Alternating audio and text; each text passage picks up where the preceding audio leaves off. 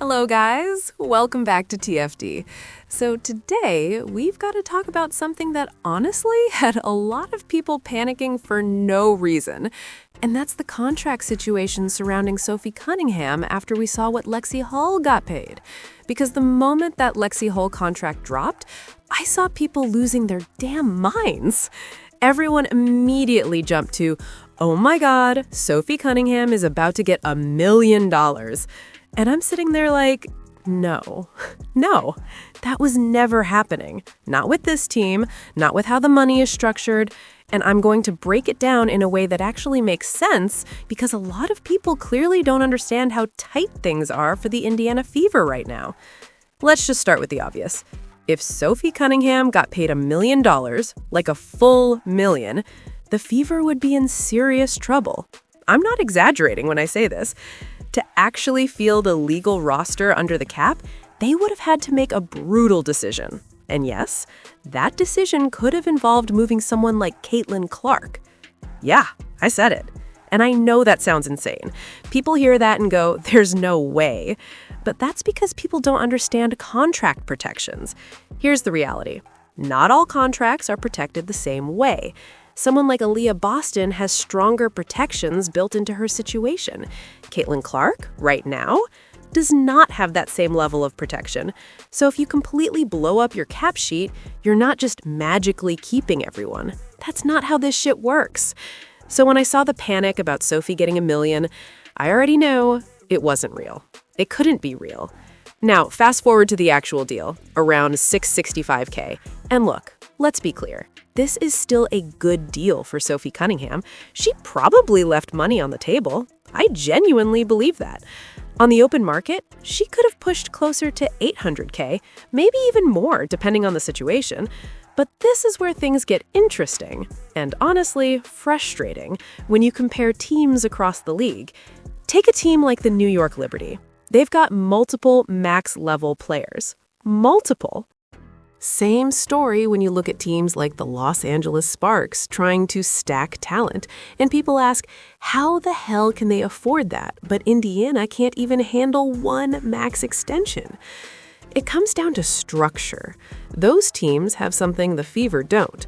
Cost-controlled talent through mechanisms like reserve free agency. Let's talk about that for a second, because it matters way more than people think. There are players around the league, like Ileana Rupert, who on the open market could be worth close to $1 million, no question. But because of reserve free agency rules, they're stuck on much cheaper deals. We're talking $400K, $450K, massive discounts. Same thing with Janelle Salan, potential future all-star talent locked into a deal that's way below her true value. And then you've got players like Louise Geiser-Suter. Again, another example of someone being paid far less than what they'd command if they were fully free. That's the advantage. That's how teams build super teams without technically breaking the system. And the Fever? They have none of that. Zero. No reserve free agents giving them hidden value, no discounted future stars. Everything they're paying is basically market price, or close to it. And that's why this Sophie Cunningham deal, even at $665K, is actually kind of a problem long term. Because here's the truth. I don't think Sophie Cunningham is going to be on this team next year. I just don't.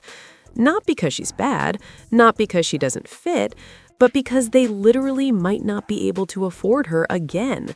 Think about it. If she already took a pay cut to be here, is she really going to take an even bigger one next year? Hell no. And there are teams out there, teams with cap space, teams that are rebuilding, that would gladly overpay to bring her in.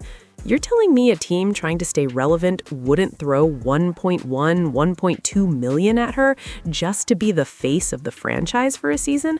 Of course they would, especially a team that's not trying to win right now, but wants to be entertaining. And that's where Indiana's situation becomes really awkward. Because they're not bad enough to tank properly, and they're not structured well enough financially to contend. They're stuck in the middle.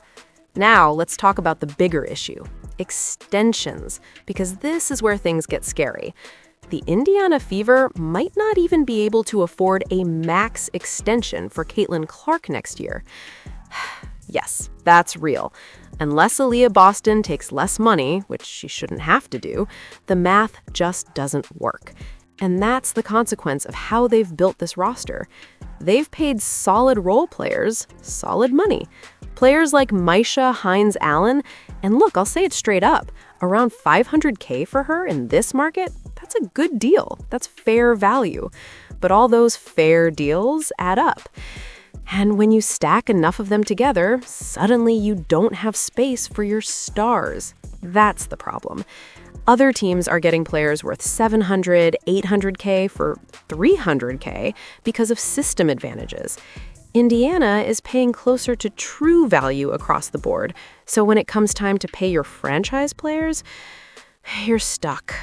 And that's why when people say, oh, Indiana just needs one more piece, I kind of shake my head. It's not that simple.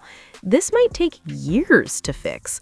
We're talking potentially 2027, 2028 before this team can realistically build a championship-level roster, unless something drastic changes. Now, does that mean they're doomed? No, because having Caitlin Clark and Aaliyah Boston gives you a foundation that most teams would kill for. That alone keeps you competitive. That alone gives you a chance on any given night. But when you're going up against teams like the New York Liberty, who are basically stacking elite talent year after year, it becomes a different conversation. Because they're not just good, they're optimized.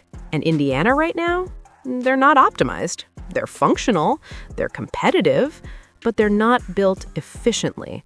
And that matters more than people realize. Now, let's go back to Sophie Cunningham for a second, because I don't want this to get lost.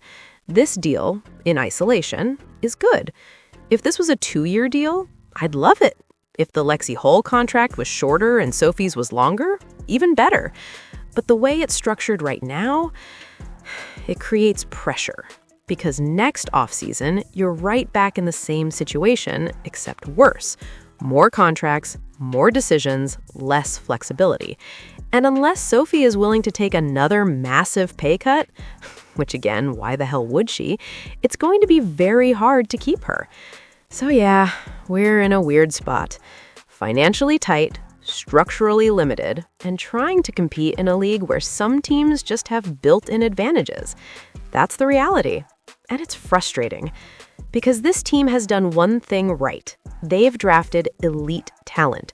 You've got a generational guard in Caitlin Clark. You've got a dominant young post in Aaliyah Boston. That should be enough to build around. But in this system, with this cap structure, with these contract rules, even that might not be enough right away. So yeah, that's where things stand. It's not all bad, but it's definitely not as simple as people want it to be. Anyway, tell me what you think. Don't forget like and subscribe.